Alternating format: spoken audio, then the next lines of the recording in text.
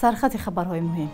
در تاجیکستان ایزی انگشت سپریده بعد روسیه آید. دعوت نو به مهاجرانی که به روسیه می روند.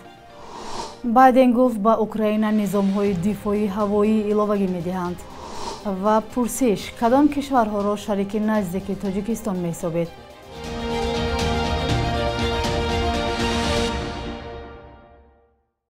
روزتان بخیر باشد بیننده های عزیز. شما برنامه نویدی بامدادی رو تماشا دارید که از دوشنبه تقدیمتان می شود. امروز پنجشنبه 11 ایول. نمایندگی وزارت مهنت، مهاجرت و شغل اهالی تاجیکستان در روسیه از مهاجران تاجیک خواهش کرده است که قبل از سفر به این کشور در دوشنبه از سنجش ایزی انگشت گذرند و بعدا به روسیه سفر کنند. با تاکید این مقامات حالا بسیاری شهروندان تاجیکستان آگاه نیستند که بر ضدشان قرار اخراج مأموری یا اینکه منع واردات برآمده است و از این رو آنها را از فرودگاه روسیه به تاجیکستان برمیگردانند. این دعوت در حال صدا می‌دهد که چند ماه اخیر مهاجرانی که اجازه ورود به روسیه را نگرفتند میگویند هیچ قانون شکنی نکردند و مقامات روسیه آنها را بدون سبب به وطن برگرداندند. پس از حمله مرگبار به کراکو سیتی که مقامات روسیه چند مهاجر تاجیک را در آن ایبدار میکنند، در برخی از فرودگاه‌های روسیه صدها مهاجر تاجیک را با بهانه‌های گوناگون ساعت‌ها نگاه داشتند، اجازه گذر ندادند و به تاجیکستان برگرداندند. این حال در گذرگاه‌های مرزی نیز رخ داده است. مقامات تاجیک مهمه امسال به مهاجران توصیه داده بودند که موقتا از رفتن به روسیه خودداری کنند. رئیست وزارت کارهای داخلی در شهر دوشنبه از بازداشت 10 نفر جوانی خبر داده است که با استفاده کارد یا سلاح سرد ساکنان پایتخت را ترسانیدند و منتظم به اوباشی مشغول بودند. به اطلاع رئیست سنجش معین کرده است که این نفران در حدود ناحیه سینوی پایتخت شبگردی نموده ترتیبات جمعیتی را ویران کردند. گفته شده است که 3 نفر آنها داغ سودی داشته قبلا با ماده‌های کودکس جنایتی جزا گرفتند. همه گمانبران به حبس پیشکی گرفته شدند. معلوم نیست که نسبت آنها با کدام ماده قانونگذاری جزا تعیین کرده می شود و نظر بازداشت شده ها چیست. رئیست وزارت کارهای داخلی در شهر دوشنبه از آن اظهار نگرانی کرده است که با وجود هشدارهای زیاد با جوابگری مأموری کشیدن آنها، استفاده و با خود گرفتن سلاح سرد از جانب نورسان و جوانان کم نمی شود. به اطلاع مقامات دوام 6 ماه سال جاری در دوره عملیات کرد در پایتخت از نابالغان و جوانان 62 عدد سلاح سرد مصادره شده است. روز 3 ایول در جریان سفر نخست وزیر پاکستان به تاجیکستان میان دوشنبه و اسلام آباد سازشنامه شریکی استراتژی امضا شد. تاجیکستان قبلا با چین، ازبکستان، ترکمنستان و روسیه هم سندهای مانند را درباره شریکی استراتژی امضا کرده بود.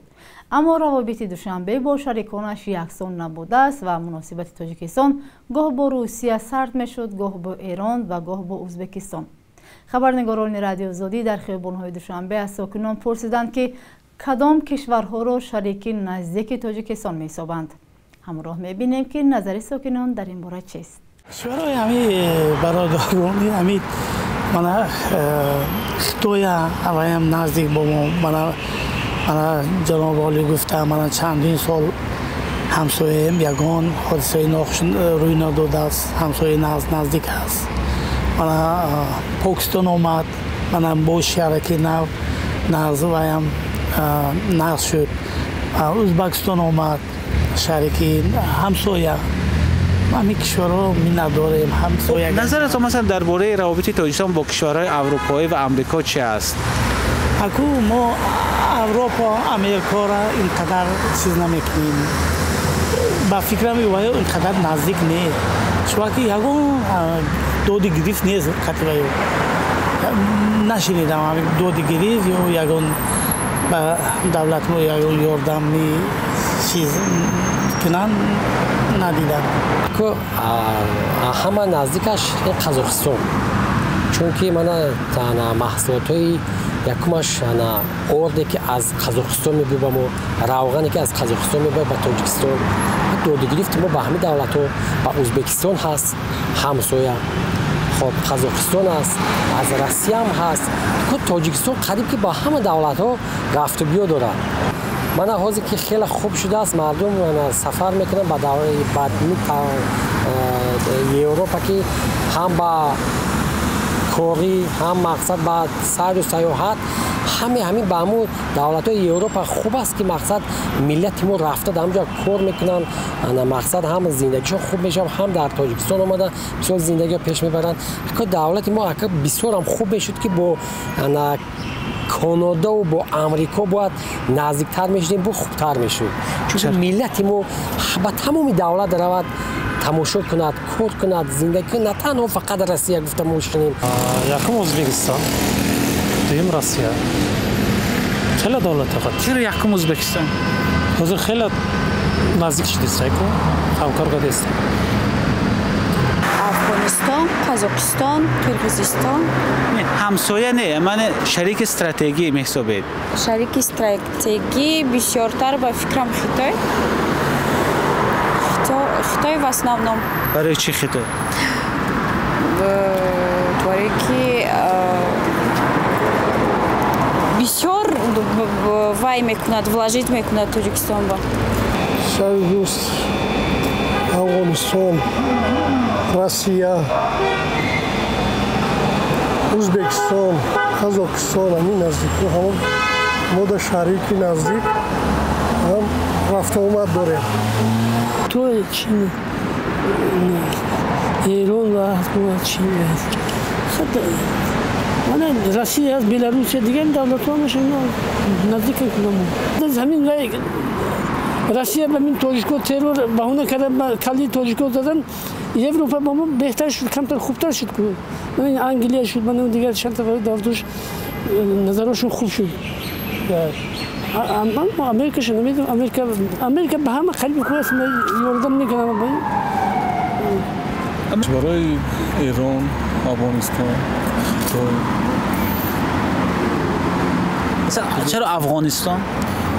افغانستان با ما همزبان مثال با چشم میکنیم. شما میدانید که تاجیکستان چند شریک استراتژی دارد؟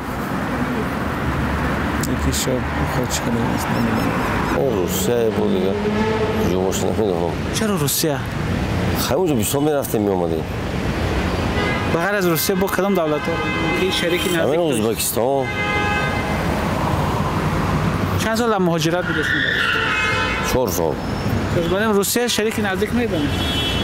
خیلی با دیگه جون نرفتیم آخه.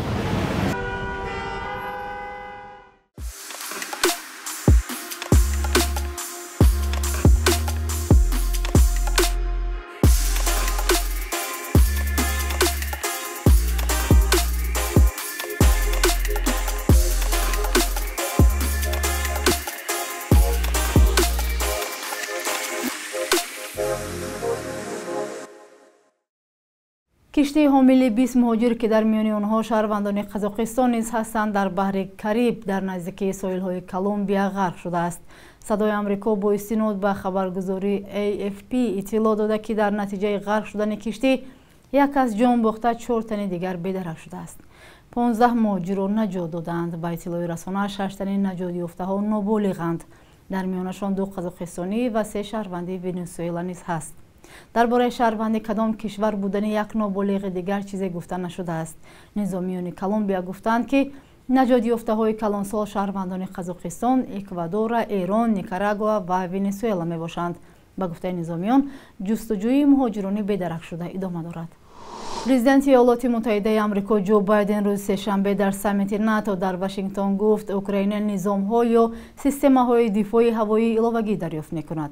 آمریکا تمام تلاش خود را می‌کند تا اوکراین در میان دریافت کنندگان نظام دفاعی هوایی نخستین باشد اظهار داشته است. او با گفته بایدن هم پیمانان غربی در دوام ماه‌های نزدیک به اوکراین 10 نظام دفاعی هوایی علاوگی خواهند داد. طبق نقشه اوکراین از آمریکا، آلمان و رومانیا 4 نظام پاتریوت و از ندرلندیا و شریکان دیگر غربی برای آنها لوازمات دریافت خواهد کرد. همچنین ایتالیا به اوکراین یک نظام سمپ تی می‌دهد.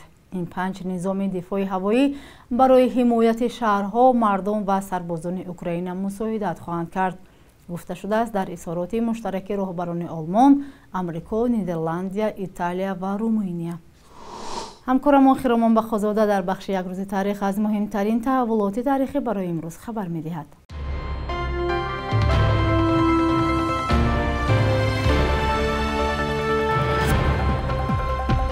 11 ایول سال 1957 شاهزاده کریم آقاخانی 4 بعدی درگذشت بابایش امام 49 اسماعیلی ها گردید. این سرمایه‌دار و از افراد با نفوذ جهانی پیشوای 25 میلیون پیرو مذهبی اسماعیلی می باشد که 200,000 نفرشان در تاجیکستان به سر میبرند. از سال 1992 همکاری بنیاد آقاخان با تاجیکستان شروع شد. طبق بعضی معلومات سال حدوداً 70 میلیون دلار به طرح‌های معارف و رشد سرمایه گذاری میکند. با یک تشبس سازمان ملل متحد از سال 1987 هر سال 11 ایول روز نفوس شماری تجلیل می شود که به خاطر هشدار از افزایش اهالی جهان تأسیس شده است. در سیاره نزدیک 8 میلیارد نفر زندگی می کند و مشکلات مثل گرمشوی اقلیم، نبود آب و غذا، جنگ و نزاع‌ها تنش و ضدیت ها را بیشتر می کند. تاجیکستان هم به گروه کشورهای داخل می شود که اهالیش با سرعت زیاد می شود.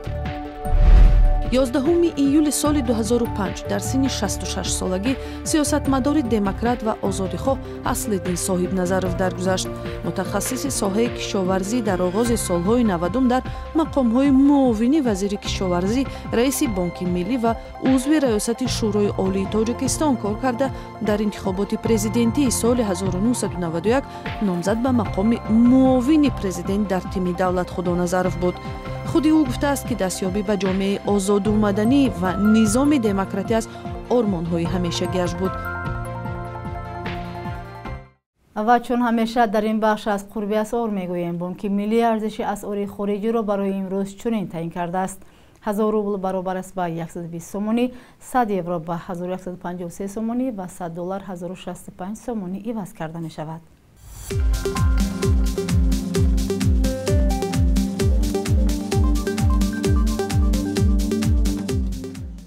بیننده های عزیز، اینجا رسیدیم به پایان برنامه. تشکر که ما رو همراهی کرده. تا فردا در همین وقت و ساعت خدا نگهدار.